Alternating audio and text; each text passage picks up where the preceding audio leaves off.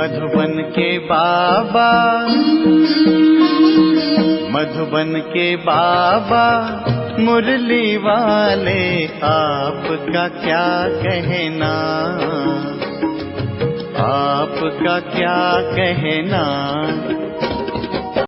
ओम शांति। आज 27 जुलाई 2026 के साकार मधुर महावाक्य हैं। आज मीठे मीठे बाप दादा बोले, मीठे बच्चे, सारी दुनिया में तुम्हारे जैसा खुश नसीब कोई नहीं। तुम हो राज ऋषि, तुम राजाई के लिए राजयोग सीख रहे हो। बाबा ने कहा, मीठे बच्चे, सारी दुनिया में तुम्हारे जैसा खुश नसीब कोई नहीं। तुम हो राज ऋषि, तुम राजाई के लिए राजयोग सीख रहे हो।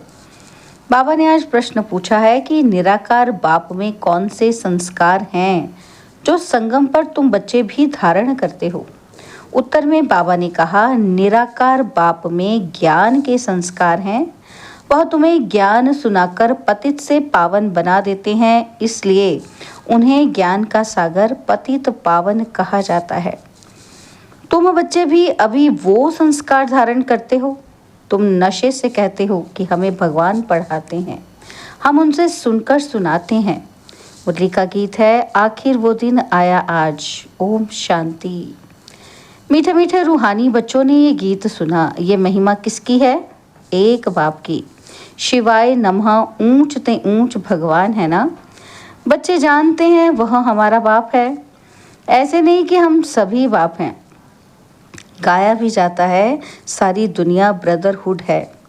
सन्यासी अथवा विद्वानों के कहने अनुसार ईश्वर सर्वव्यापी कहने से जैसे कि फादरहुड हो जाता है।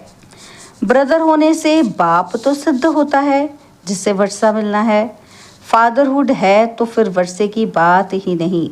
बच्चे जानते हैं कि हम सभी आत्माओं का बाप एक है। उनको कहा ही जाता है वर्ल्ड गॉड फादर। वर्ल्ड में कौन है? सभी ब्रदर्स हैं, आत्माएं हैं। सबका गॉड फादर एक ही है। उस बाप की सभी प्रार्थना करते हैं। एक की ही बंदगी व पूजा होनी चाहिए, वह है सतो प्रधान पूजा। यह भी समझाया है कि ज्ञान, भक्ति और वैराग्य। बाप ज्ञान देते हैं सदगति के लिए, और सदगति कहा जाता है जीवन मुक्ति धाम को। यह आत्मा को बुद्धि में धारण करना है। हमारा घर शांति धाम है, उसको मुक्ति धाम, निर्वाण धाम भी कहा जाता है। सबसे अच्छा नाम है शांति धाम।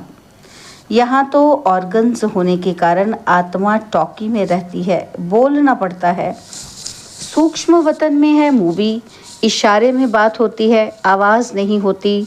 तीनों लोगों को भी तुम जान गए हो। मूल वतन, सूक्ष्म वतन, स्थूल वतन, बुद्धि में ये अच्छी रीति बैठा है। मनुष्य सृष्टि के लिए ही गाया जाता है कि ये सृष्टि चक्र लगाती है। उसको कहा जाता है वर्ल्ड की हिस्ट्री ज्योग्राफी।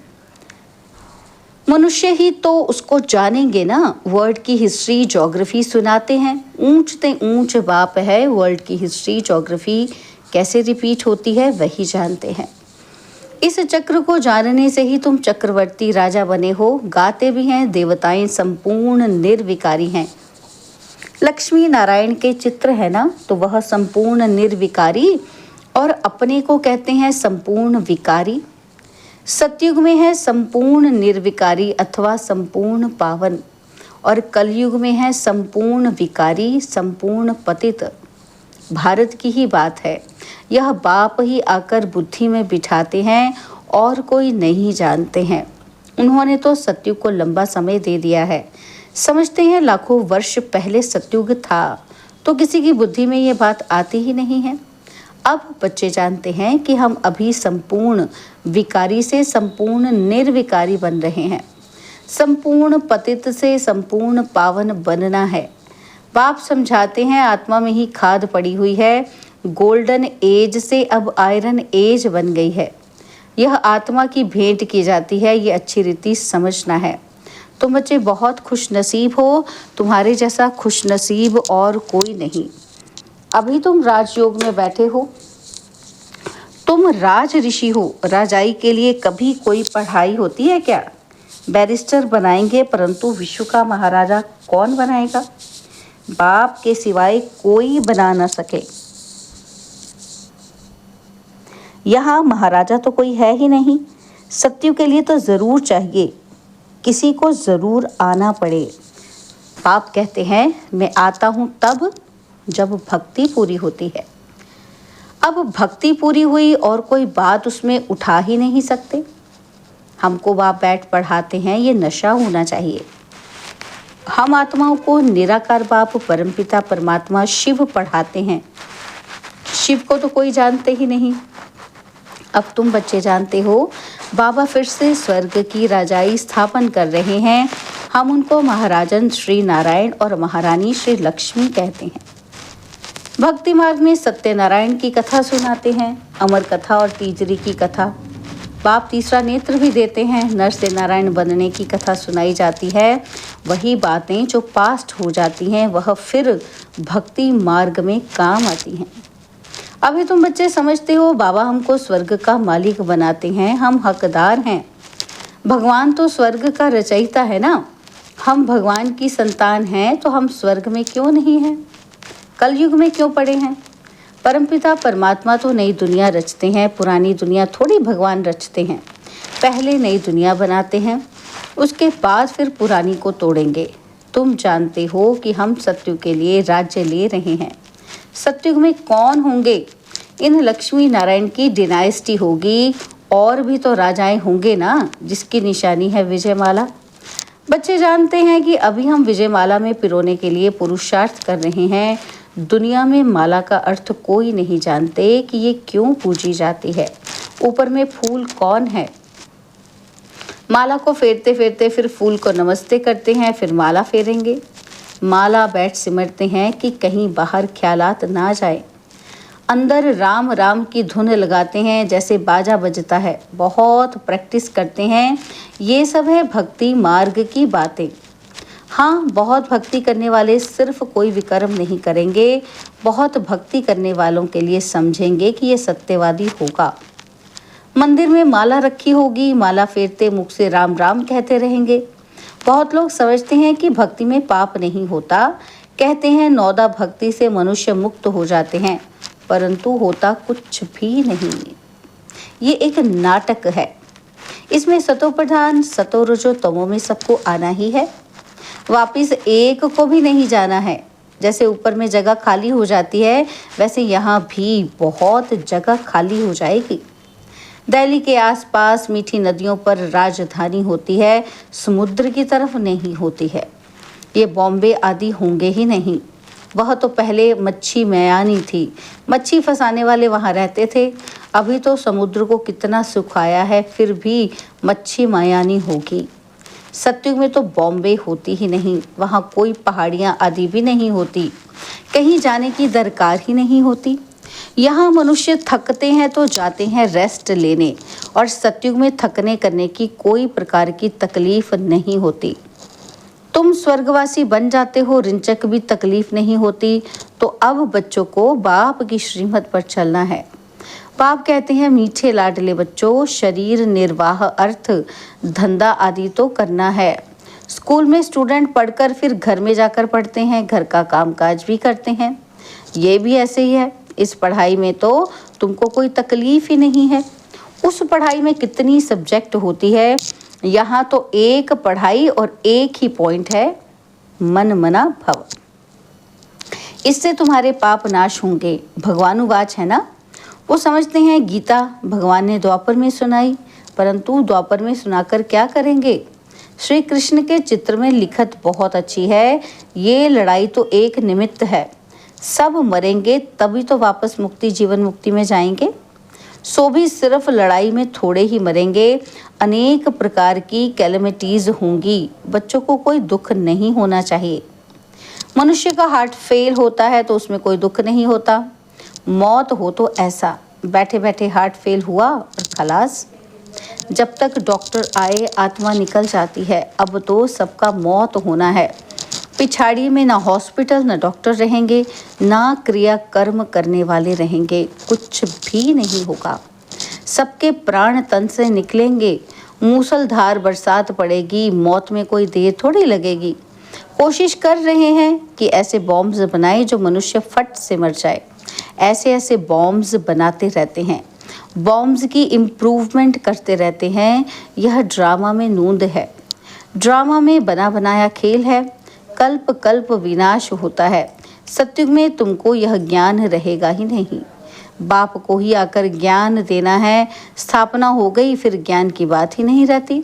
फिर जब रावण राज्य शुरू होता है तो भक्ति शुरू होती है। अब भक्ति पूरी होती है।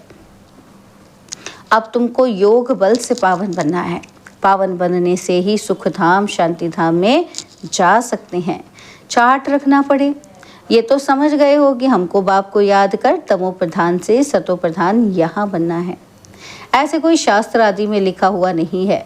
बच्चों ने गीत सुना, आखिर वो दिन आया आज जबकि भारतवासी फिर राजाओं के राजा बनते हैं। राजाओं के राजा अथवा महाराजा बनते हैं। पीछे त्रेता में होते हैं राजा रानी।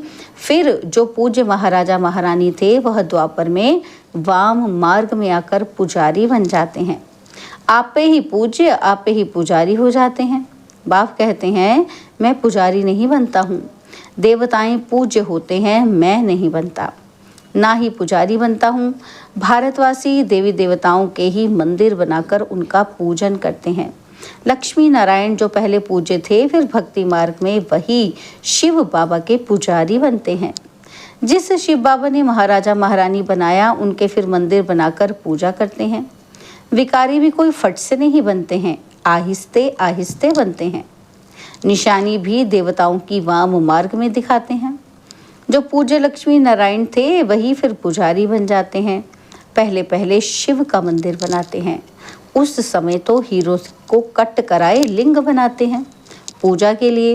ये किसी को भी पता नहीं कि परमात्मा छोटी सी बिंदी है। यह तुम अभी समझते हो कि बड़ा लिंग नहीं है। मंदिर तो बहुत बनाएंगे। राजा को देख प्रजा भी ऐसे करेगी। पहले पहले शिव बाबा की पूजा होती है। उनको कहा जाता है अव्यभिचारी सतो प्रधान पूजा। और फिर सतो रजो तमो में आते हैं। तुम रजो तमो में आए हो तो नाम ही हिंदू रख दिया है। असल थे देवी देवताएं। बाप कहते हैं तुम असल देवी देवता धर्म के हो, परंतु तुम बहुत पतित बन गए हो, इसलिए अपने को देवता कहला नहीं सकते हो क्योंकि अपवित्र हो। हिंदू नाम तो बहुत देरी से रखते हैं। अभी तुम समझते हो हम सब पूज्य थे, अभी संगम युग पर न पूज्य हैं ना पुजारी हैं। तुम क्या करते हो? श्रीमत पर पूज्य बन रहे हो, औरों को भी बना रहे हो। तुम हो ब्राह्मण, तुम्हारी आत्मा पवित्र होती जाती है। पूरा पवित्र होंगे तो ये पुराना चोला छोड़ना पड़ेगा। बाप कहते हैं बिल्कुल सहज है। बूढ़ी माताओं को धारणा नहीं होती। बाप कहते हैं ये तो समझते हो कि हम आत्मा हैं। आत्मा में ही अच्छे व बुरे संस्कार होते हैं। आत्मा ने जो कर्म किया वो दूसरे जन्म में भोगना होता है। बाप भी आत्माओं से बात करते हैं। बाप कहते हैं हे बच्चे, आत्म अभिमानी बनो। निराकार शिव बाबा निराकारी आत्माओं को पढ़ाते हैं। निराकार बाबा में ज्ञान के संस्कार हैं। शरीर तो उनको है नहीं, तो वह ज्ञान का सागर पतित पावन है। उनमें सब गुण हैं। बाप कहते हैं मैं आकर तुम बच्चों को पावन बनाता हूँ। युक्ति कितनी सहज है। अक्षर ही एक है, मन मना भव। माम एकम याद करो। याद से ही तुम्हारे विकर्म विनाश होंगे। यह भी जानते हो कि अभी हम ब्राह्मण हैं, फिर सूर्यवंशी, चंद्रवंशी, वैश्य, शूद्रवंशी बनेंगे। हम ही इस 84 के चक्कर में आएंगे, ऊपर से नीचे उतरेंगे, फिर बाबा आएंगे। बरोबर यह सृष्टि का चक्र फिरता रहता है। सृष्टि यह पुरानी होती है तो फिर बाबा आते हैं नई बनाने। यह तो बुद्धि में बैठता है ना। ये चक्र बुद्धि में फिरना चाहिए। अब तुम सुदर्शन चक्रधारी बनते हो, जिससे फिर जाकर चक्रवर्ती राजा बनेंगे। अच्छा, मीठे मीठे सिखिलदे बच्चों प्रति माता पिता बाप दादा का याद, प्यार और गुड मॉर्निंग। रूहानी बाप की रूहानी बच्चों को नमस्ते। हम रूहानी बच्चों की रूहानी बाप दादाजी को दिलवा जान सिकवा प्रेम से नमस्ते। ओम शांति। प्यारे बाबा, मीठे बाबा, मेरे बाबा, शुक्रिया बाबा, शुक्रिया बाबा, शुक्रिया। धारणा के लिए मुख्य सार है। पहला पॉइंट है श्रीमत पर पूज्य बनना है। आत्मा में जो बुरे संस्कार आ गए हैं उसे ज्ञान योग से समाप्त करना है। संपूर्ण निर्विकारी बनना है। सेकंड पॉइंट है शरीर निर्वाह अर्थ कर्म करते भी पढ़ाई पढ़नी और पढ़ानी है। योग बल से पावन बन राजाई पद लेना है। बाबा ने आज हमें वरदान दिया, अपनी श्रेष्ठ स्थिति द्वारा माया को स्वयं के आगे झुकाने वाले हाईएस्ट पद के अधिकारी भव। श्रेष्ठ स्थिति द्वारा माया को स्वयं के आगे झुकाने वाले हाईएस्ट पद के अधिकारी भव। जैसे महान आत्माएं कभी किसी के आगे झुकती नहीं हैं, उनके आगे सभी झुकते हैं, ऐसे आप बाप की चुनी हुई सर्वश्रेष्ठ आत्माएं कहीं भी कोई भी परिस्थिति में वह माया के भिन्न भिन्न आकर्षण करने वाले रूपों में अपने को झुका नहीं सकती। जब अभी से सदा झुकाने की स्थिति में स्थित रहेंगे तब हाईएस्ट पद का अधिकार प्राप्त होगा। ऐसी आत्माओं के आगे सतयुग में प्रजा सम्मान से झुकेगी और द्वापर में आप लोगों के यादगार के आगे भक्त झुकते रहेंगे। स्लोगन है, कर्म के समय योग का बैलेंस ठीक हो तब कहेंगे कर्म योगी। कर्म के समय योग का बैलेंस ठीक हो तब कहेंगे कर्म योगी। बाबा के अव्यक्त इशारे ज्वाला स्वरूप स्थिति में रह शक्तिशाली याद का अनुभव करो। बाबा कहते, कई बच्चे कहते हैं कि जब योग में बैठते हैं तो आत्म अभिमानी होने के बदले सेवा याद आती है, लेकिन ऐसा नहीं होना चाहिए, क्योंकि लास्ट समय अगर अशरीरी बनने के बजाय सेवा का भी संकल्प चला तो सेकंड के पेपर में फेल हो जाएंगे। उस समय सिवाय बाप के निराकारी, निर्विकारी, निरहंकारी और कुछ याद नहीं। सेवा में फिर भी साकार में आ जाएंगे, इसलिए जिस समय जो चाहे वो स्थिति तो हो नहीं तो धोखा मिल जाएगा। अच्छा, ओम शांति।